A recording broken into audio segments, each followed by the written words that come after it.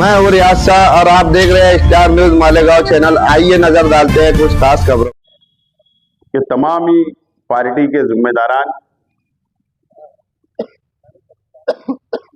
तमाम ही ख्वाहिशमंद उम्मीदवार और मेरे सामने तशरीफ फरमा वार्ड के तमाम ही बुजुर्ग हजरात, नौजवान साथी और अभी अभी अल्ताफ भाई और रऊफ भाई का पार्टी के अंदर इस्तिकबाल हुआ, ऐसे तमाम ही हमारे साथी, दोस्तों और साथियों, सबसे पहले मैं इलाके के तमाम ही इलाके की आवाम को मुबारकबाद पेश करता हूं और कई दिनों से कोशिश जारी थी। आमतौर पर जो पुराना वार्ड नंबर 7 और अभी का वार्ड नंबर 8, अगर आप देखेंगे तो इस इलाके के अंदर शादी हॉल के लिए या प्रोग्राम करने के लिए ग्राउंड नहीं है। एक ग्राउंड जो हुड़को कॉलोनी में था, वहां पर ख्वाजा गरीब नवाज हॉल बनाया गया और उसके बाद अगर हम देखें तो यही एक जगह हमको नजर आती है। बहरहाल हमारी कोशिश जारी थी और इलेक्शन से पहले ये काम मंजूर हो चुका था, लेकिन असेंबली इलेक्शन के बाद फंड रुक गया हुआ था। फिर दोबारा हमको कोशिश करना पड़ी, हुकूमत महाराष्ट्र के पास पुरावा करना पड़ा और उसके बाद वो फंड रिलीज हुआ और उसके बाद बाकी की प्रोसीजर आगे बढ़ी, टेंडर वगैरह हुआ और आज खुशी हो रही है कि आज आप लोगों की मौजूदगी के अंदर हम लोग संग बुनियाद रख रहे हैं। ये बात बिल्कुल सच है कि यहां पर दो राय इससे पहले भी आई। कई लोगों का ये डिमांड थी इस इलाके के आसपास के रहने वालों की कि इसको ओपन ग्राउंड रखा जाए, लेकिन बीच का रास्ता निकालने की हमने कोशिश की कि 40 बाय 50 का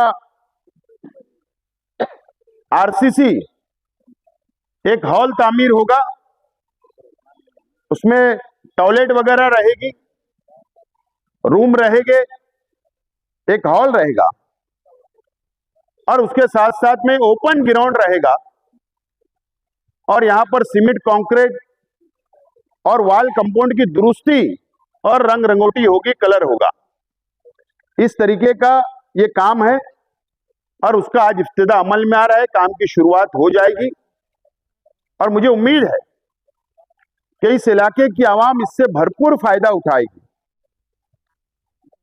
चाहे एंगेजमेंट हो, मंगनी हो, शादी हो या दीनी मिल्ली समाजी काम हो, इस इलाके की आवाम इससे भरपूर फायदा उठाएगी। शेख रशीद साहब का एक नजरिया था, महमूद शाह साहब ने अभी जिक्र किया बातों बातों में कि किसी दीनी शख्स का नाम इस ग्राउंड को होना चाहिए। मुझको याद है कि शेख रशीद साहब के पास कोई तजवीज आती थी कि हम चाहते हैं कि आपके नाम से यह हॉल रखा जाए, आपके नाम से ग्राउंड रखा जाए, आपके नाम से फला स्कूल का नाम रखा जाए, तो शेख रशीद साहब मुखालफत किया करते थे। शेख रशीद साहब का बिल्कुल यह बोलना था कि मेरा नाम मत रखो, और वही रास्ते के ऊपर हम लोग भी चल रहे हैं। और अगर किसी शख्स का नाम, सियासी समाजी लोगों का नाम अगर हम देने की कोशिश करते तो मुखालफत जरूर होती है। बहरहाल ये तजवीज अच्छी है कि कोई दीनी शख्स का नाम इसके ऊपर आ जाए। आप लोग मशवरा करिए और मशवरे से नाम तय करिए दीनी। इंशाअल्लाह आइंदा म्युनिसिपल कॉरपोरेशन के इलेक्शन के बाद हम लोग उसकी तजवीज पास करके वही नाम दिया जाएगा। बहरहाल एक 15 दिन से जलसा होने के बाद से मैं कोई सियासी बयानबाजी नहीं कर रहा हूं, कोई मीटिंगें नहीं ले रहा हूं और तमाम ही ख्वाहिशमंद उम्मीदवार से मैंने गुजारिश की कि अभी तक कम से कम ऑब्जेक्शन सजेशन जो यादी पे चल रहा है, एतराज चल रहे हैं, उसके ऊपर काम करिए, उसके ऊपर तवज्जो दीजिए। एक इलेक्शन हम हार गए, उस पर तवज्जो नहीं दी, मेहनत नहीं की, अलग अलग इलाकों के नाम अलग अलग यादियों में आए और हम इलेक्शन हार गए। मैं हार गया। मैं नहीं चाहता कि उम्मीदवार कारपोरेशन के इलेक्शन हारे। अगर इलेक्शन लड़ना है तो बुनियादी काम लेकर हमको करना पड़ेगा। ये बुनियादी काम होता है वोटर लिस्ट का, और उसके लिए स्टडी जरूरी है, उसके लिए इतराजात लेना जरूरी है, उसके लिए कारपोरेशन सिस्टम से लड़ना जरूरी है, और उसके बाद ये पहली सीढ़ी होती है इलेक्शन लड़ने की, वो मुकम्मल हो जाने दो। मुझको लगता है कि 12 तारीख को फाइनल यादी का तो डेट दिख रही है, हो सकता है वो 15 हो जावे। उसके बाद हम लोग सियासी तौर पर मीटिंगें वगैरह वार्ड के अंदर लेंगे और उसके बाद ख्वाहिशमंद उम्मीदवारों से बातचीत की जाएगी, एतमाद में लिया जाएगा, आवाम की राय ली जाएगी। मैं खुद वार्ड के अंदर आने वाला हूं, मैं खुद मेरी तरफ से पार्टी की तरफ से मीटिंग कॉल करने वाला हूं। वार्ड के जिम्मेदारान को, वार्ड के नौजवानों को, वार्ड के बुजुर्गों को बुलाकर उनसे सलाह मशवरा करके इंशाअल्लाह जो राय वार्ड की होगी हम वो फैसला पार्टी लेगी, पार्लियामेंट्री बोर्ड वो फैसला जरूर लेगा।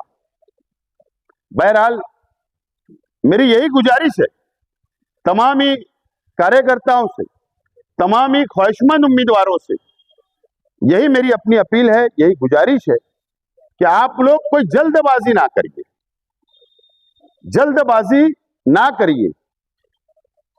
बात हवा घूम जाती है कि फला पैनल तैयार हो गया, यह हवा घूम जाती है फला पैनल तैयार हो गया और बाकी फिर एक दूसरा पैनल तैयार होने की शुरुआत हो जाती है। गलतफहमी होती है, गलतफहमी के आधार के ऊपर हम लोग बात करने लग जाते हैं, एक दूसरे की हम लोग मुखालफत करने लग जाते हैं, एक दूसरे के खिलाफ बोलने की शुरुआत करने लगते हैं। इससे ना आपका भला होने वाला है, ना कोई दूसरा पैनल तैयार करेगा, ना उसका भला होने वाला है। मैं जिम्मेदारी से बोल रहा हूं, मैं सिर्फ इस वार्ड की बात नहीं, मैं पूरे शहर का मैं सर्वे कर रहा हूं। मेरे जहन में एक पैनल था गुरुवार वार्ड के इलाके के अंदर कि ये पैनल बनेगा तो बेहतर रहेगा, मेरे जहन के अंदर वो बात चल रही थी। उसके बाद कुछ दिन गुजरे, फिर मैंने वहां का सर्वे करवाया और सर्वे करवाने के बाद ये बात सामने आई कि पैनल जो आप चाह रहे हो वो पैनल के अंदर एक दो उम्मीदवार कमजोर है, इनकी जगह अगर इनको फिट किया जाएगा तो और मजबूत पैनल होगा। तो मुझको सोचने पर मजबूर होना पड़ा और फिर मैंने मेरी तब्दीली की शुरुआत वहां पर मैंने किया। तो बोलने का मतलब सिर्फ एक मिसाल देना चाहता हूं कि इसी तरीके से पूरे शहर के अंदर अगर मेरे जहन में ये पैनल है तो आज मुझे तब्दील करने की जरूरत महसूस हो रही है और मुझे ये लगता है कि मेरा फैसला, पार्टी का फैसला, ये बिल्कुल बेहतर फैसला है कि जल्दबाजी में उम्मीदवार ना डिक्लेयर किए जाए, बल्कि जितना लेट हो रहा है उतना उम्मीदवार तब्दील करना या कमजोरी, कौन सा उम्मीदवार कमजोर है, कौन ताकतवर है और वहां की आवाम क्या चाह रही है, ये मेरे नजर में आ जा रहा है। मैं समझता हूं इससे पार्टी को फायदा ही होगा, नुकसान नहीं होगा।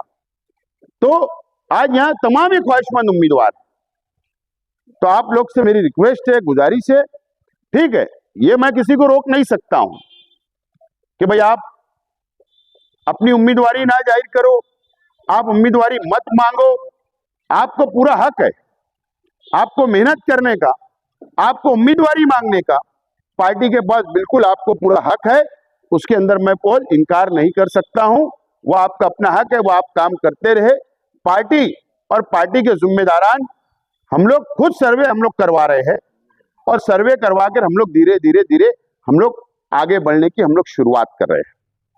तो मेरी रिक्वेस्ट है, मेरी गुजारिश है कि अगर आप लोग ने सब ने मिलकर साथ दिया, अगर आप लोगों ने एक राय बनाने की कोशिश की, मैं तो ये बोलता हूं थोड़ा आगे बढ़कर कि अगर सब इस इलाके के जिम्मेदार बैठ जावे, तमाम ही ख्वाहिशमंद उम्मीदवार आपस में बैठ जावे, मुझको भी मत बुलाओ, आप लोग बैठकर इत्तेफाक राय कर लेंगे तो मेरा सर दर्द कम हो जाएगा, पार्टी का सर दर्द कम हो जाएगा। मैं तो ये चाहता हूं। लेकिन बहरहाल ठीक है, इलेक्शन में जब उतरे हैं तो जाहिर सी बात है नाराजगी भी लेना पड़ेगी। अगर कहीं से फूल बरसाए जाएंगे तो जाहिर सी बात है पत्थर भी खाने की ताकत रखना पड़ेगी। ये तो अपनी तैयारी रहना ही पड़ेगा। और नहीं, अगर हम चाहेंगे कि सब खुश हो जाए तो ऐसा भी नहीं हो सकता, ऐसा भी नहीं हो सकता। लेकिन हमारी कोशिश होगी कि बगावत ना हो, मुखालफत ना हो, और आवाम ये बात अगर तय कर ले कि नहीं, पार्टी का जो उम्मीदवार रहेगा हम उसके साथ रहेंगे, अगर कोई बगावत करेंगे तो हम उसके साथ नहीं रहेंगे, तो मेरे लिए आसानी रहेगी डिसीजन लेने की। तो ये तमाम ही चीजें, ये पूरे शहर के लिए मैं जर्नल बोल रहा हूं। बहरहाल सर दर्द तो है, ऐसा नहीं है कि बिल्कुल एकदम सॉफ्ट, कई पैनल तैयार है, कई मुखालफत, हर जगह कंपटीशन है और ताकतवर कंपटीशन हो रहा है, ताकतवर कंपटीशन हो रहे हैं। लेकिन मेरी रिक्वेस्ट है कि मैं आपसे उम्र में छोटा हूं, कई हमारे जिम्मेदार बैठे, मैं आपसे उम्र में छोटा हूं, और शेख रशीद साहब जो थे वो हमसे उम्र में बड़े थे, हमारे सबके जिम्मेदार थे, हमारे सबके सरपरस्त थे, और शेख रशीद साहब की बात को आप लोग हमेशा माने, और इस वार्ड की आवाम ने हमेशा मानी है शेख रशीद साहब की बातों को। बहरहाल मैं ये चाहता हूं कि आप मेरी मदद करो। मैं आप पर कोई हुक्म नहीं लादना चाहता, लेकिन एक उम्र की लिहाज से आप मेरी मदद करो, आप मुझे अच्छे मशवरे दो, आप मुझे बताओ अच्छा रास्ता, आप मुझे कामयाबी का रास्ता बताओ कि हमारा पैनल ऐसा नहीं ऐसा चुनकर आ सकता है। आप इस तरीके से बताओ, और फायदा हमारा ही अपना होने वाला है। अगर हम तामीर और तरक्की शेख रशीद साहब ने हमें सिखाई, तो कारपोरेशन का इक्तदार आएगा तो क्या होगा, वार्ड के तामीरी काम होंगे, बुनियादी काम होंगे, हम लड़ सकते हैं। लेकिन अगर हमारी मुखालफत में, एक दूसरे की मुखालफत में अगर होगा कि कुछ नहीं होगा, ज्यादा से ज्यादा क्या होगा, ज्यादा से ज्यादा अगर हम कोशिश कर रहे हैं कि हमारी 35 सीट छूनकर आए, ज्यादा से ज्यादा क्या होगा, अगर नुकसान हुआ तो पार्टी के अंदर ही ये नुकसान हो सकता है, बाहर के हमारे मुखालिफ लोगों के अंदर इतनी ताकत नहीं है कि हमको ठेस पहुंचाए, हमको हमारे को तोड़ने की कोशिश करे। ज्यादा से ज्यादा ये होगा 5-10 सीटें कम हो जाएगी, अपोजिशन का रूल निभाना पड़ेगा, बस। इससे ज्यादा क्या होगा, इससे ज्यादा कुछ नहीं होगा। और हमें तो आदत है, इक्तदार में रहने की भी आदत है और अपोजिशन में भी रहने की आदत बन चुकी है। आज हम 1 साल गुजर गया, देखते देखते असेंबली का इलेक्शन हुआ, गुजर गया, क्या होगा, और 3 साल 4 साल गुजर जाएंगे। लेकिन मुखालफत हम करते रहेंगे हमारे मुखालिफ लोगों की। तो अपोजिशन में रहना, सत्ता में रहना, ये आप लोगों को तय करना है। ये बात मैं आज बोल कर जा रहा हूं। अगर हमारा इक्तदार आएगा तो मेयर की ऑफिस में आप बैठकर काम ले सकते हैं। अगर हमारा इक्तदार नहीं आएगा तो हमको कारपोरेशन के गेट के बाहर खड़े रहना पड़ेगा। याद रखना, आपको फैसला करने के कहाँ रहना है, ये आवाम को फैसला सोच समझ के आप लीजिए। अल्लाह का एहसान है, माहौल बहुत अच्छा शहर के अंदर है, माहौल अच्छा बना हुआ है। बस सही तरीके से अगर हम लोगों ने प्लानिंग कर ली, हिकमत अमली हमने कर ली, और अगर इस मर्तबा आप लोगों का साथ रहा, ख्वाहिशमंद उम्मीदवारों का साथ रहा, और अगर आपने मेरी मदद की, पार्टी की मदद की, तो हम शेख रशीद साहब की सोच को आगे बढ़ाते रहेंगे। ये आप लोगों को समझना है। हम असेंबली का इंतजार 4 साल करना है, एक मौका हमने खो दिया, ये मौका तुम्हारे पास आया हुआ है। अगर कारपोरेशन का इक्तदार मिल जाएगा तो आपको महसूस भी नहीं होगा कि हम एमएलए नहीं है। अगर ये मौका भी आप खो दिए तो दोनों मौके हमारे हाथ से गुजर जाएंगे, निकल जाएंगे, और हम फिर इंतजार करना पड़ेगा असेंबली के इलेक्शन का, इंतजार करना पड़ेगा कारपोरेशन के इलेक्शन का। तो मैं आज आपसे रिक्वेस्ट करता हूँ, गुजारिश करता हूँ कि सर जोड़कर बैठिए, मेरी मदद करिए, और मुझे उम्मीद है कि आप लोग मदद करेंगे, आप लोग समझदारी का मुजाहरा करेंगे, मुझे आप लोगों से बहुत उम्मीद है। बहरहाल शेख रशीद साहब की दूसरी बरसी 4 दिसंबर को है, जो जुमरात के दिन है। तो जुमरात के दिन अगर कार्यकर्ताओं को अगर कोई प्रोग्राम करना है अपने अपने तौर पर, तो आप लोग करिए। समाजी काम, गरीब को, आवाम को फ़ायदा हो, ये प्रोग्राम आप लोग कर सकते हैं। बहरहाल जुमा के दिन 5 दिसंबर को जुमा के दिन डायमंड लॉन्स में Sheikh Abdul Qadir education and welfare society के जरिए शेख रशीद साहब की जिंदगी पर एक किताब लिखी गई है, और वो किताब शेख रशीद साहब हमारा परिवार मालेगांव आने से पहले कहाँ था, फिर कौन से देहात में गया, फिर कहाँ मालेगांव कब आए, और पूरी जिंदगी पे आज तक शेख रशीद साहब की जिंदगी के ऊपर एक किताब तैयार हो चुकी है। उसका इजरा, उसका इफ्तिदा इंशाअल्लाह 5 दिसंबर को रात 8 बजे डायमंड लॉन्स के अंदर होगा।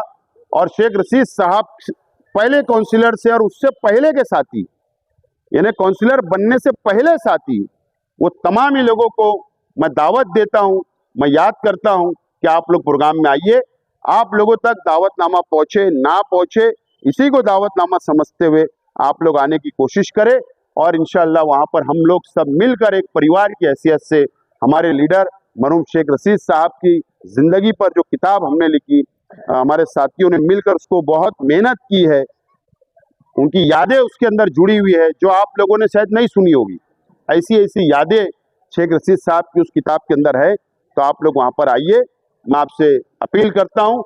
और फिर एक मर्तबा मैं मुबारकबाद पेश करता हूँ, और उम्मीद करता हूँ कि आसपास के इलाके की आवाम का यहाँ पर जो सामान है, मोटरसाइकिल है, दरवाज़ा दिख रहा, कोई दरबा दिख रहा, ये तमाम ही चीज़ें यहाँ से खाली करे, अपने अपने मकान पे ले जाए, क्योंकि जब ये काम शुरू होगा तो पूरा पैक कर दिया जाएगा।